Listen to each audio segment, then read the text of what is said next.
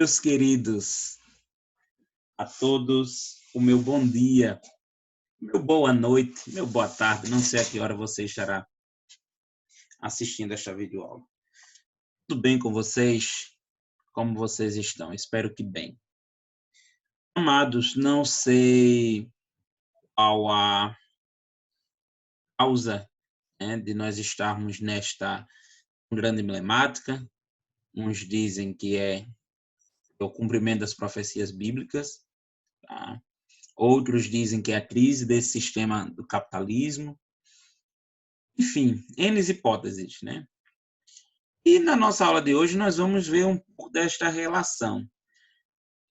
Para quem assistiu minha live, tá? Pelo menos que se pronunciou, eu lembro de Laís, disse que assistiu a minha live, e creio que foi semana passada, retrasada, uns 15 dias. Eu fiz sobre esta crise da Covid-19. Assim que eu iniciei, eu falei sobre esta revolução técnico-científica informacional. Um tema instigante. Eu gostaria muito de estar em sala de aula com vocês, tá? Mas nós podemos fazer um bate-papo, tá? Eu até vou sugerir nós utilizarmos a plataforma Zoom, certo? Para que assim nós possamos ter esse diálogo, esse debate sobre esta revolução técnico-científico e informacional.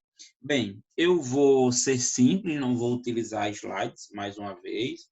Eu quero mais explanar, quero mais dialogar com vocês, apesar de ser um monólogo, né, por conta do vídeo, mas creio que é muito interessante. Eu vou ficar aqui mexendo no meu globinho, certo? E para que ele possa me passar, quem sabe, uma inspiração geográfica para esta aula. Mas vamos lá.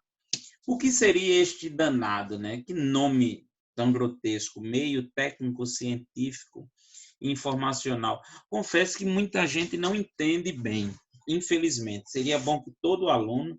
Eita, agora que eu lembrei, era para eu estar com a farda de vocês, mas tudo bem, vocês me perdoam. Todo aluno deveria saber disso. Bem, nós iniciamos o meio natural. Quando o ser humano, ainda na sua forma limitada, ainda no ser primitivo, lá da pré-história, ele vivia às custas do que a natureza lhe oportunizava. Para caça, para coleta. Depois nós chegamos no Mesolítico, inicia o processo da sedentarização, né? Não a sedentarização de hoje, né? de não praticar atividades físicas e resultar em um corpo global como o meu. Mas sedentarização do processo dele se fixar em uma determinada região, né? O ser humano, ele agora, no período mesolítico, ele deixa de ser nômade e passa a ser um ser, tá correto? Que ele agora planta, ele colhe, né? Ele tem a agricultura, ele tem a pecuária, começa a se fixar, fazer as primeiras cidades e vai crescendo. Quando este ser humano avança por toda a pré-história, a história antiga, a idade medieval, ele chega na idade moderna e nós temos um grande evento, que é a primeira revolução industrial, a qual nós já estudamos aqui em sala de aula. Essa revolução industrial nós chamamos de meio técnico, ok? Então, anote isso aí, o destaque aí no seu módulo, está aí na tela o que nós estamos abordando. Eu tenho meio natural, quando o ser humano dependia totalmente da questão das naturezas, as enchentes, as secas, muita chuva, pouca chuva, sucessivamente. Depois eu tenho o meio técnico a partir da primeira revolução industrial, quando o ser humano ele cria as técnicas da maquinofatura, né? A questão do queimar o carvão natural, ele vai gerar um vapor, esse vapor, essa combustão vai fazer com que uma máquina se movimente.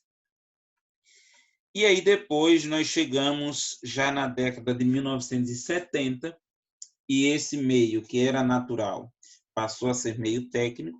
Ele é agora meio técnico, científico e informacional. Para alguns, essa é a quarta fase do capitalismo. Eu comentei isso na minha live no Instagram. na quinta, creio que foi quinta ou foi sexta, com o professor Jumper de História. Né? Em 1970, nós vamos ter essa terceira fase da Revolução Industrial, que para alguns é considerada a quarta fase do capitalismo. Então é bom você tentar fazer um esqueminha, qualquer coisa, manda uma foto para mim, eu digo se está legalzinho ou não, tá joia? Lembrando, eu tenho a primeira e segunda fase da Revolução Industrial, chamada de meio técnico. Terceira Revolução Industrial é o meio técnico, científico e informacional. Esse meio técnico, científico e informacional, ele vai se dar por quê? Eu vou ter o meio técnico, que é as técnicas em si, a técnica propriamente dita. Depois eu vou ter o meio científico, porque a ciência se une com a técnica.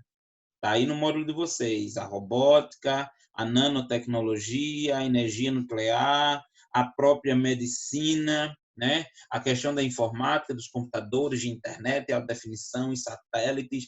Tudo isso surge dos anos 70 para cá. Por isso que quando a gente pega um senhor mais idoso, né, que a gente, vamos dizer assim, entre aspas, que vive no mato, lá no interior, aqui me Messias muito desse tipo de gente. Eles têm uma total ignorância do que for da internet, porque são pessoas que nasceram antes desta terceira revolução industrial. E, obviamente, quando você avança nessa ciência, nessa química, nessa robótica, nesses satélites, no computador, na internet, você vai ter o avanço de dois meios, que vai estar aqui, ó, os meios de transporte. Não sei se tem como adicionar marcação aqui, tem não, mas eu vou marcar.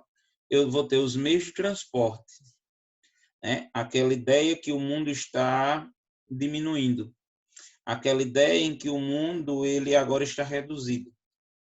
Porque antes, eu creio que eu já comentei em sala de aula, nós levávamos dias para viajar do Nordeste até São Paulo e hoje, em 2 horas e meia, a gente pega um avião e vai para lá. Então, essa evolução do transporte, principalmente a questão da aviação e o transporte marítimo de cargas, né? E por que não dizer o de cruzeiros também, de pessoas, passageiros? Você tem cruzeiros que cabem mais do que população de cidades alagoanas. Você pega uma Pindoba da vida, 2.200, 2.300 habitantes, o município de Pindoba. Tem cruzeiros, navios, que eles transportam mais de 3.000, 4.000 passageiros.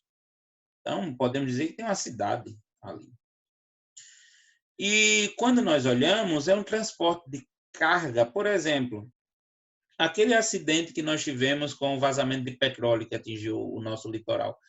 Passamos meses sofrendo daquilo. O petróleo chegando na costa de todo o Nordeste. Se eu não estiver enganado, ainda chegou no Pará, mas chegou ainda no Espírito Santo, no Sudeste e no Rio de Janeiro, se eu não estiver enganado. Foi um navio que vazou, quase que não saía. Um navio que vazou, um navio que teve um acidente. E até hoje está aí as investigações para saber de onde veio e tal. Se foi aquele navio grego, né, oriundo da Shell, que é dos Estados Unidos, enfim. Causou tudo aquilo. Então, imagine a capacidade de transporte de um navio daquele. Existem hoje aviões, eles transportam mais de 1.200, Eles transportam mais de 500 pessoas andando a 1.200 km por hora. Não sei se vai dar aqui, ainda está a aula do 6º ano aqui organizada. Você joga aqui, ó. Deixa eu me tirar aqui da frente. Já está aqui. Flightradar.com. É um site que ele vai mostrar os aviões que estão sobrevoando. Eita, apesar que agora com essa crise do coronavírus, vocês não vão ter, vocês não irão ver tantos aviões. Eu entrei no errado, tenho que colocar o 24. Mas hoje no mundo, em dias normais, antes desse coronavírus, nós tínhamos cerca de 100.000 voos por dia ao redor do mundo e voos comerciais, para os voos que não são comerciais. Então, isso é um dado fabuloso. E tudo isso só foi permitido a partir dessa terceira revolução industrial, chamada de revolução do meio técnico, científico e informacional. Notou-se o avanço, olha aqui a quantidade de aviões, muito ainda. Vamos logo para o Brasil. Isso é porque está de noite. De noite nós temos menos aviões sobrevoando. Alguns governadores mandaram fechar os aeroportos, né? Sendo que não podem. Deixa eu ver aqui quem é esse, ó. Clique no avião. Esse avião saiu de Dakar, da África. Esse avião, olha que impressionante. Ele está andando a 835 km por hora. Não, ele está, não diz a altitude que ele se encontra aqui. Ele está a 11 mil metros de altura. Mas deixa eu ver aqui um maior. Deixa eu ver a Europa, como é que a Europa, que diz que a Europa está parada. Não está não, tem muito avião aqui sobrevoando. Olha isso aqui, eu amaria estar com vocês nesse momento de sala de aula, para a gente fazer essa discussão aqui, procurando o jumbo. Não é esse. Não é possível que eu vou perder essa oportunidade na hora da aula do meu terceirão, o melhor terceirão do Elite em 2020. Encontrar um jumbo para vocês. Um avião que ele já anda a cerca de 1.200 km por hora, que transporta 500 pessoas. Ele tem 2 pisos de frente a frente. 2 pisos. Primeiro e segundo andar. Fora a carga que ele pode transportar. Então, tudo isso é oriundo a partir da terceira revolução industrial. Quando nós olhamos aqui, também temos a questão dos meios de comunicação. Os transportes, né, das informações. As infovias, isso aqui numa redação eu estou torcendo para que você esteja com a caneta ao lado. As infovias, elas vão se caracterizar como algo muito importante, não só a questão das fake news, mas a questão das bolsas de valores.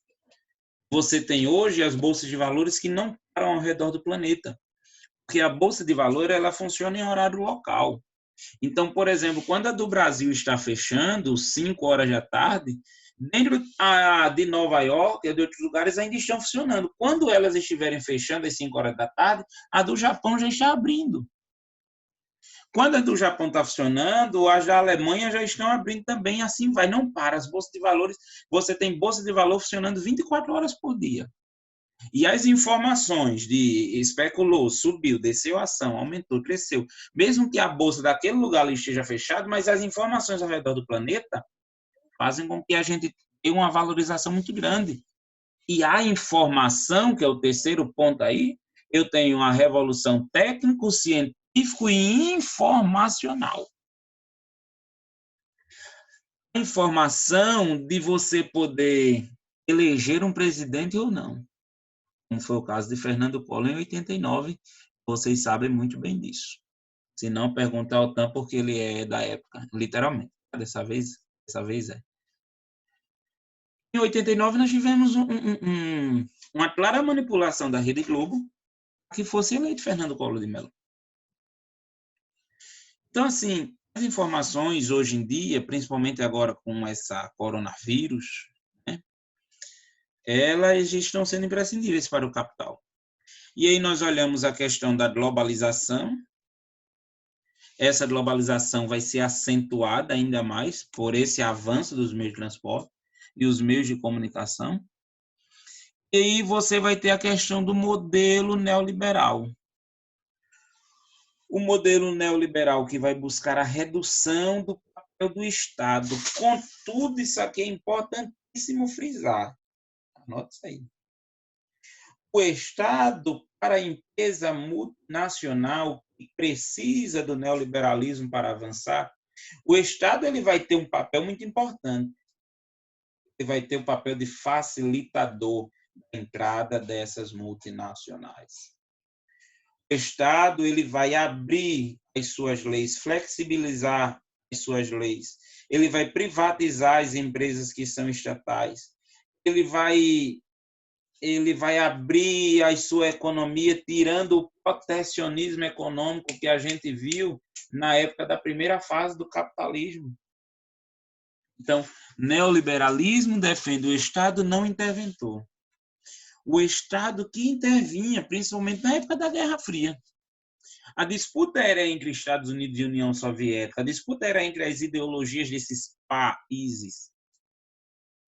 Hoje, a disputa é entre as empresas, as multinacionais, para ver quem está lucrando mais, quem avança mais, quem cria uma nova máquina, quem cria uma nova tecnologia para se sobrepor à sua concorrente. O iPhone 11, o Galaxy S30, aí a Motorola lança o Moto Z30P e assim vai. Não só apenas nesse ramo. As plataformas digitais, a mecanização da agricultura. A disputa tecnológica não é apenas na tecnologia propriamente dita de computadores, satélites, mas isso é o que atinge a todos nós. Esta aula é a prova disso. Se o coronavírus nos atingisse e fizesse com que o mundo entrasse nesse período de quarentena 40 anos atrás, não está errado não, certamente não teria como nós termos esta aula online. Hoje é possível, apesar de que a própria propagação do coronavírus se deu de uma maneira acentuada devido a esta revolução técnico-científica informacional. Quando essas vias de informação, pessoas, capitais, serviços, principalmente pessoas, vai ser acelerada. Wuhan é considerado uma cidade beta. A nível mundial, Wuhan, onde surgiu o vírus, ela tem a mesma importância de cidades como Berlim, capital da Alemanha. Ela tem a mesma importância do que Oslo, capital da Noruega, do que o Rio de Janeiro, aqui do Brasil. Ela é a 5ª maior cidade da China. Então, imagina o número de pessoas que entram e saem de Wuhan todos os dias, pessoas de negócios. E logo o vírus se espalhou de uma maneira muito rápida pelo mundo, principalmente quando ele foi para as outras cidades globais. Todos os dias você tem voo de Recife para Portugal, e olha que Recife nem é uma cidade tão importante.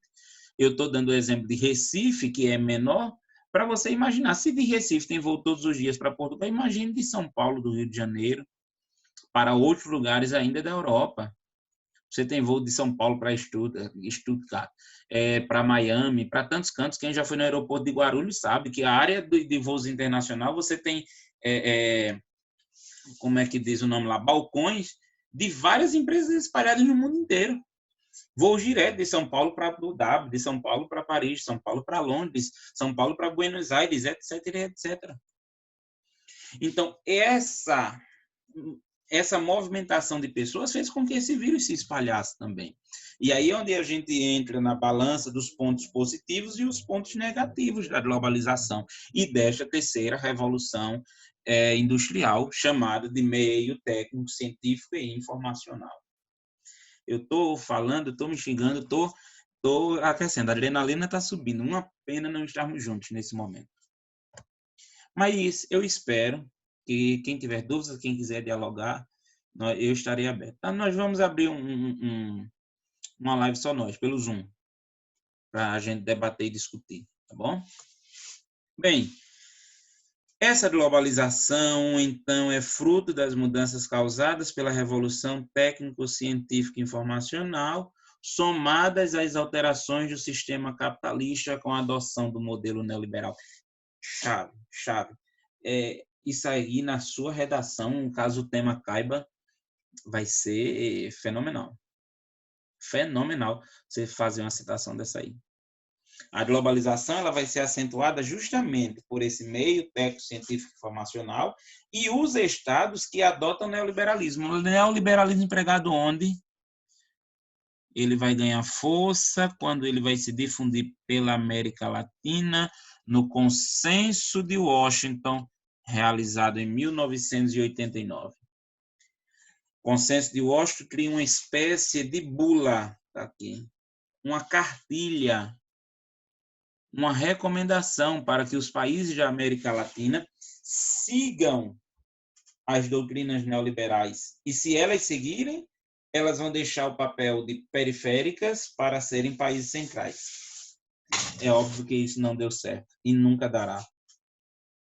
Você não pode abrir o seu país subdesenvolvido para que venham as empresas do país desenvolvido e levem esse lucro, levem todo esse capital de volta para o desenvolvido. Você ter uma multinacional no seu país tem o seu ponto positivo, isso é muito importante, tá? É importante saber que esse equilíbrio, deve haver esse equilíbrio. Mas a partir do momento que você abre o seu país para uma empresa multinacional, você está dizendo, venha para cá, venda, você vai gerar emprego, você vai gerar renda para o meu país, ok?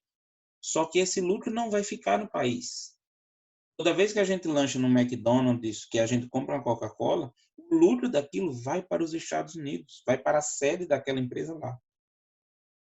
Certamente vai ser convertido em bem-estar da população de lá e não a daqui.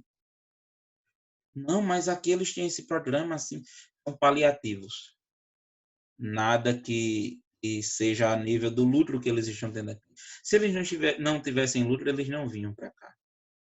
Então, isso aqui eu já falei praticamente, né? Terceira revolução técnico-científica informacional é a mesma coisa que terceira revolução industrial. Só que a geografia usa esse termo.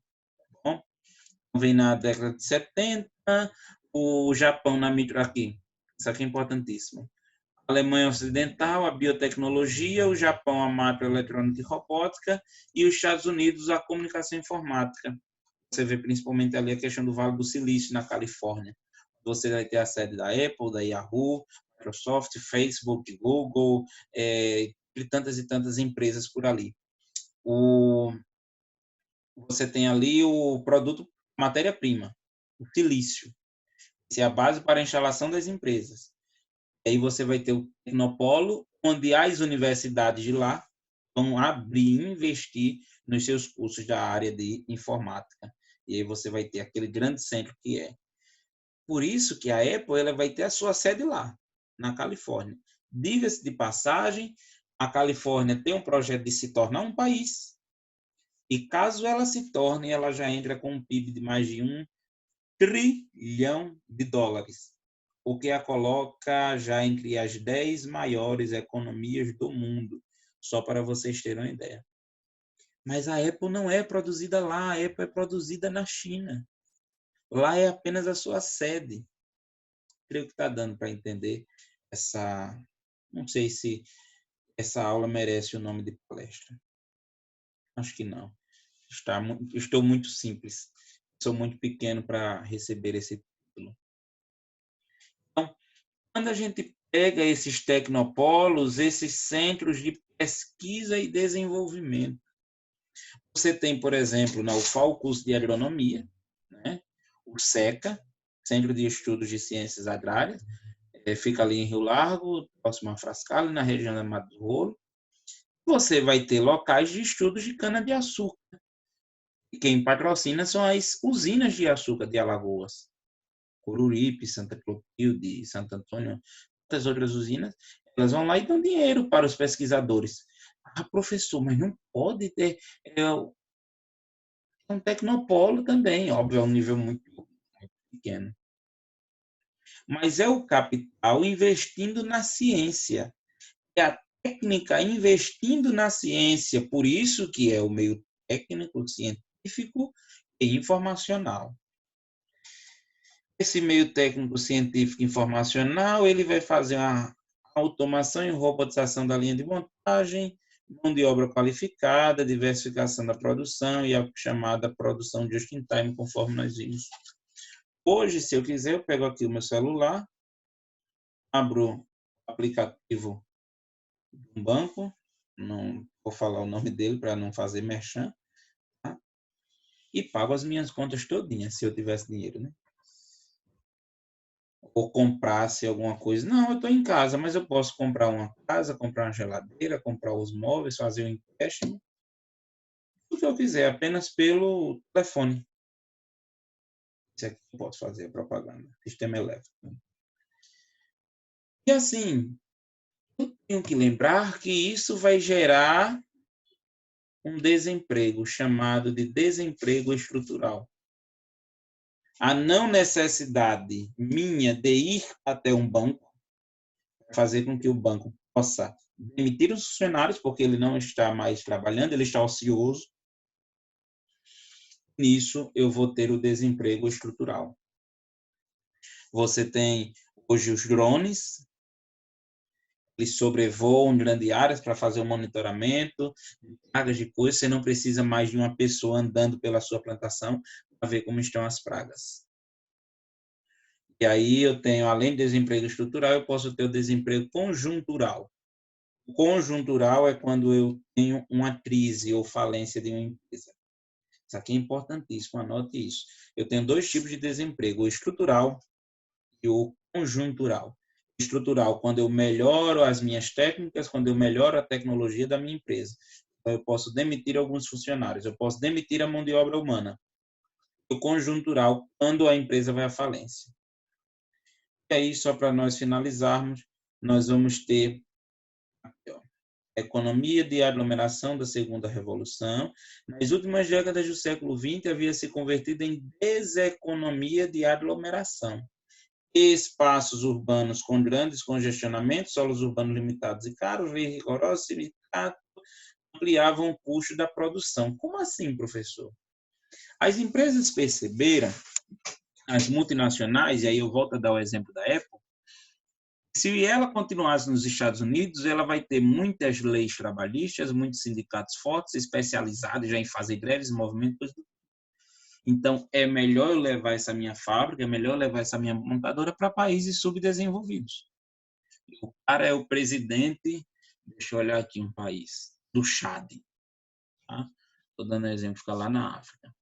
E eu sou agora o dono da Nike.